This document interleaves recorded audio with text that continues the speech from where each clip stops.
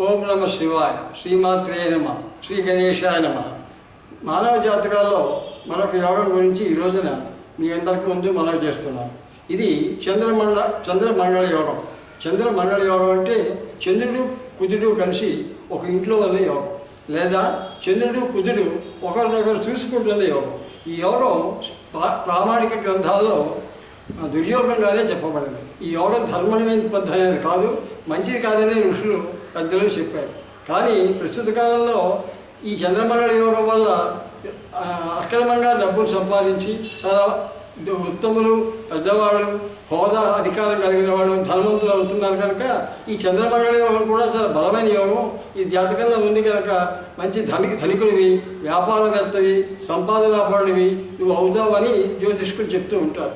ఈ చంద్రమండల యోగంలో ఉన్నవాళ్ళు ఈవెన్ తల్లిదండ్రులు కూడా మోసగించి డబ్బులు సంపాదించడం, తోటి వారిని మోసగించి, వ్యాపారస్తులు మోసగించి, ప్రజలను మోసగించి డబ్బులు సంపాదించడం, ఇలాంటి విషయాలలో నిష్ణాతులై ఉండి ధనయోగమే ప్రధానంగా మానసిక ప్రవృత్తి కలిగిన వాళ్ళు ఉంటారు కనుక ఈ చంద్రమండల యోగాన్ని ఈ దుర్యోగంగా ఈ మధ్యన ఎవరూ గుర్తించడం లేదు.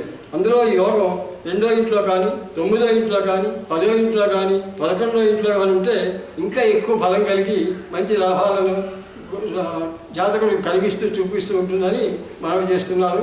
అనే ఈ చంద్రమండల యోగం శుభయోగంగా పరిగణిస్తున్నారు. శాస్త్రంలో మాత్రం దీన్ని అవయోగంగానే చెప్పారు. శుభం భూయాత్.